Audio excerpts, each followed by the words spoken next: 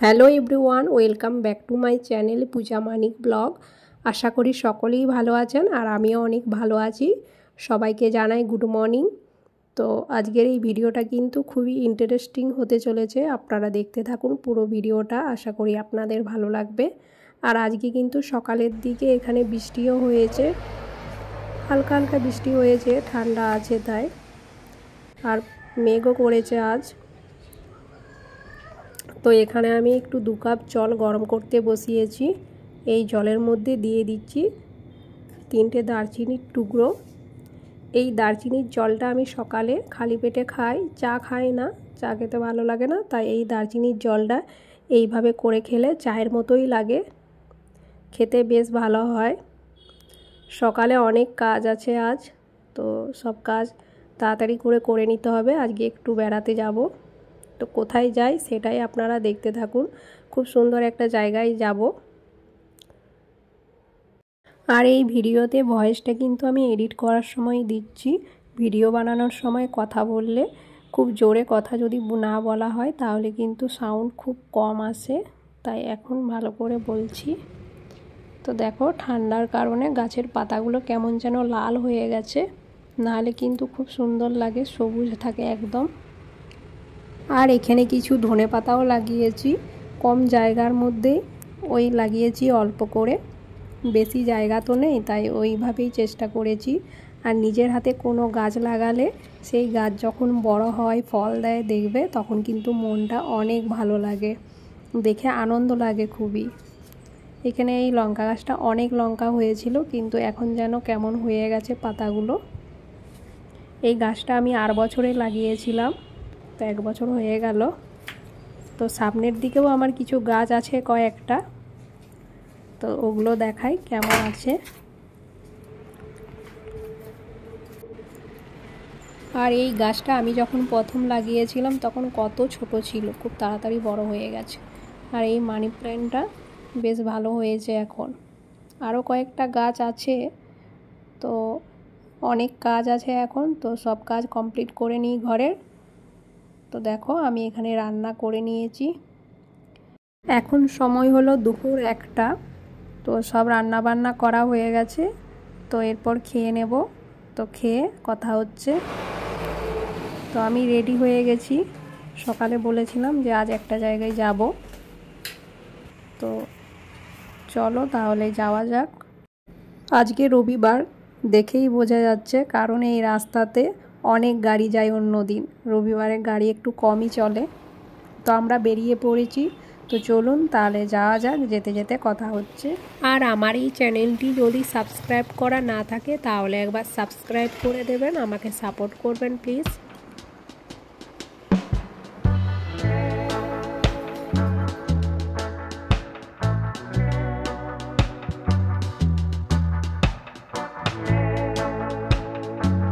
তো ফ্রেন্ডস, আজ আমি কোথায় যাচ্ছি সেটাই তো আপনাদের সাথে শেয়ার করা হয়নি। তো আমি এখন আছি আসাম রাজ্যে, আর এই রাজ্যে শিবসাগর জেলায় এক ঐতিহাসিক শিব মন্দির দেখাতে আপনাদের নিয়ে যাচ্ছি। এখানকার সবথেকে বড় একটি শিব মন্দির। এই মন্দিরের উচ্চতা 180 ফুট। দূর থেকেই দেখা যায় এই মন্দিরকে। তো মন্দিরের কাছাকাছি আমরা চলে এসেছি, দূর থেকে মন্দিরের চূড়া দেখা যাচ্ছে, দেখতে কিন্তু দারুণ লাগে। আর এই মন্দির অনেক দিনেরই পুরনো। আর এখানে বিশেষ করে শিবরাত্রির মেলা খুব বড় করে হয়, তো এখানে খুব বড় করে ওই মেলাটা বসে, প্রচুর দোকানদানি আসে, আর অনেক অনেক মানুষের ভিড় হয় এখানে। আর পুজো দেওয়ার জন্য যা যা লাগে এখানে কিন্তু সবই পাওয়া যায়। এই যে পাশে সব দোকান আছে, সব বিক্রি হয় এখানে, পুজো দেওয়ার জন্য সব কিছু পাওয়া যাবে। তো আমরা ভেতরে যাই, তো চলুন তাহলে ভেতরে যেয়ে দেখি। এই মন্দিরের এরিয়াটা কিন্তু অনেকটা জায়গা জুড়ে। এখানে শুধু শিব মন্দির আছে তা না, এখানে আরও 2টো মন্দির আছে। মন্দিরের এক সাইডে আছে দুর্গা মন্দির, আর এক সাইডে আছে বিষ্ণু মন্দির, মাঝে এই শিব মন্দির। তো আমরা প্রথমে এই শিব মন্দিরে যাব, তো ভেতরে যাই। আর এখানের জায়গাটা কিন্তু খুবই সুন্দর, এলে কিন্তু মন ভালো হয়ে যাবে। এখানে এসে যদি 5 মিনিট বসা যায় তো একটা আলাদাই অনুভূতি হয়। আর এই মন্দিরে পুজো করাতে অনেক দূর দূর থেকে কিন্তু মানুষজন আসে। শ্রাবণ মাসে তো অনেক ভিড় হয়। আমি একবার এসেছিলাম শ্রাবণ মাসে জল ঢালতে। আমি তো প্রায় 3 ঘন্টার মতো দাঁড়িয়ে থেকে এখানে জল ঢেলেছিলাম। তো মন্দিরের ভেতরে আর যাওয়া যাবে না এখন, গেটটা একটু বন্ধ করে রেখেছে দেখছি। জানি না কেন বন্ধ করে রেখেছে, অন্য সময় কিন্তু খোলা থাকে। তো এখন তো আমরা একটু দেরি করে এসেছি, এখন বাজছে প্রায় 3টে। তো ভেতরে যাওয়া গেল না, বাইরে থেকেই প্রণাম করে নিলাম। আর এই মন্দিরের চূড়াতে কলসির মতো দেখা যাচ্ছে। তো মন্দিরের চূড়াতে ওই কলসি সোনার, তো ওই যে সোনালি কালারের দেখা যাচ্ছে উপরে একেবারে, তো ওটা পুরোটাই সোনার।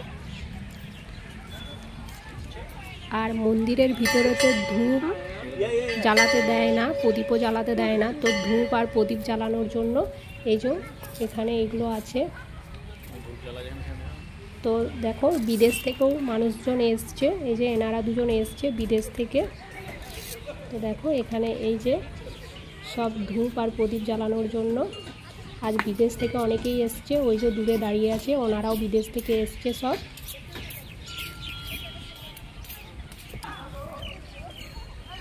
তো আমরা এরপর একটু দুর্গা মন্দিরের দিকে যাব। এখান থেকে মন্দিরটা কিন্তু দেখতে খুব সুন্দর লাগছে। আর এখানকার আহোম রাজা ছিলেন, প্রায় 600 বছরের বেশি সময় ধরে আহোম রাজা রাজত্ব করেছিলেন। তো এগুলো সব রাজাদের আমলেই বানানো। এই মন্দিরের চারপাশটা কিন্তু খুবই পরিষ্কার পরিচ্ছন্ন করে রাখে সব সময়।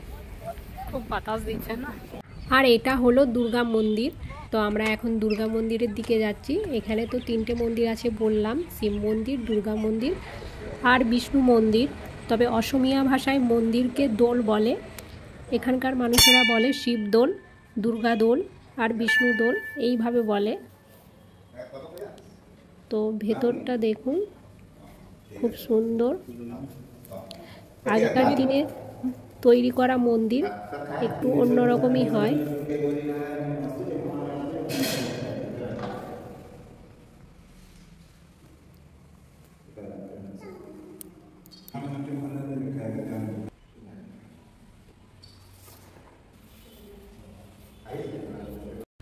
এবার যাব বিষ্ণু মন্দিরে। তো বিষ্ণু মন্দিরের দিকে যাচ্ছি এখন। আজকের আকাশটা খুব সুন্দর লাগছে দেখতে। এই যে এটা হলো বিষ্ণু মন্দির। তো এই মন্দিরে ক্যামেরা অ্যালাউ নেই, তাই ভেতরে আর ভিডিও করতে পারলাম না। এই মন্দিরের পেছন সাইডে একটা বড় পুকুর আছে। তো পুকুরটা অনেকটাই বড়, তো ওখানে এখন এসছি। এই পুকুর আগেকার দিনে রাজাদের আমলেই বানানো।